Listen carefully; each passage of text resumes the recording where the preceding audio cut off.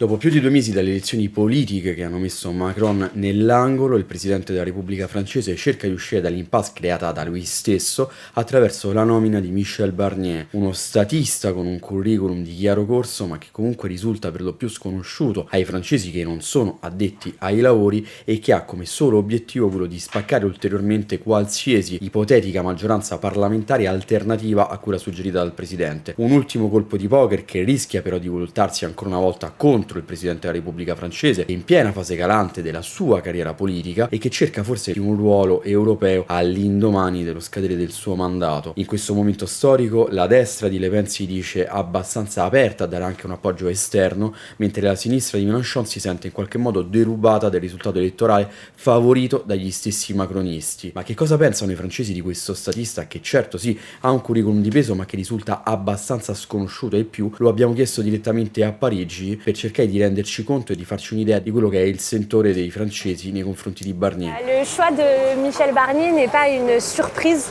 quand on connaît Emmanuel Macron. La personne en elle-même peut être une surprise, mais le profil ne l'est pas. Qu'est-ce que Michel Barnier? C'est un pro-européen. Il se dit d'ailleurs davantage patriote européen que nationaliste français.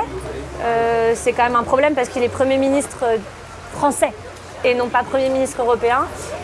Michel Barnier, c'est surtout un profil qui ne fera pas d'ombre à Emmanuel Macron.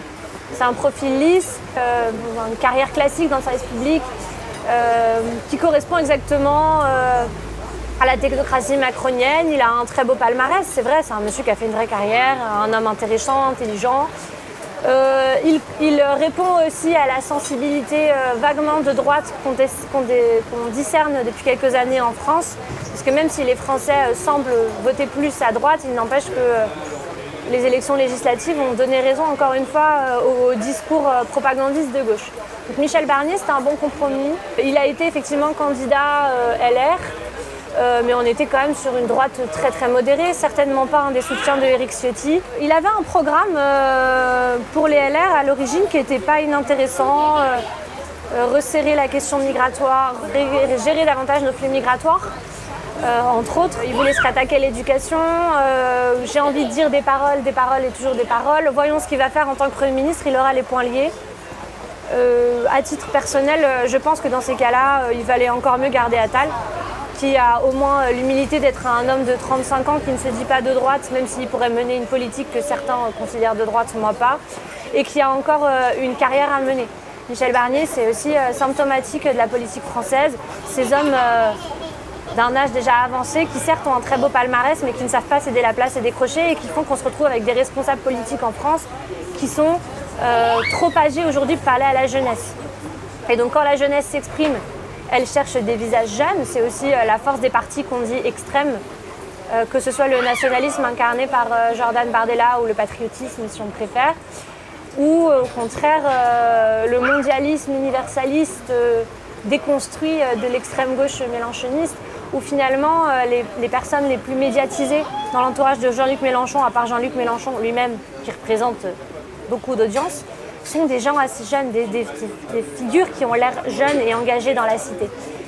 Michel Barnier, c'est le choix du retraité, élu par des retraités pour des retraités. Et la France mérite mieux que des retraités. Ce que je pense de la nomination de Michel Barnier en tant que Premier ministre, pas grand-chose, étant donné que c'est un inconnu pour ma part. En même temps, c'est un choix intelligent pour Macron, mais voir ce qu'il va pouvoir faire, sachant que de ses 75 ans, il ressemblera plus à une marionnette qu'à une tête pensante. On verra par la suite ce qui va advenir, mais j'avoue que je n'ai pas grand-chose à dire sur son élection puisque je ne le connais pas. Je ne vois pas trop l'intérêt d'avoir un inconnu à un poste de Premier ministre en plus pour la majeure partie des Français. De droite, paraît-il, on verra après avec ses actions. Alors, c'est une personnalité que je ne connaissais pas non plus extrêmement bien. Forcément, on attend de voir un peu ce que ça va donner en termes de propositions. Ce que j'ai noté en tout cas, c'est qu'il y a une vraie hauteur de discours, ce qui peut faire du bien en ce moment par rapport à ce qu'on peut voir dans le panel politique. Il va avoir des difficultés à gouverner parce que forcément, on s'attendait peut-être plus à un Premier ministre issu de la gauche suite au résultat de l'élection. Mais voilà, je pense que c'est un homme d'expérience qui a accompli des belles choses dans sa vie. Donc je pense qu'il va pouvoir essayer de composer avec les forces en présence. Ce qui est intéressant, c'est qu'il semble être assez attentif à ce qui se passe. Alors il a dit le monde d'en bas, mais voilà, de vraiment consulter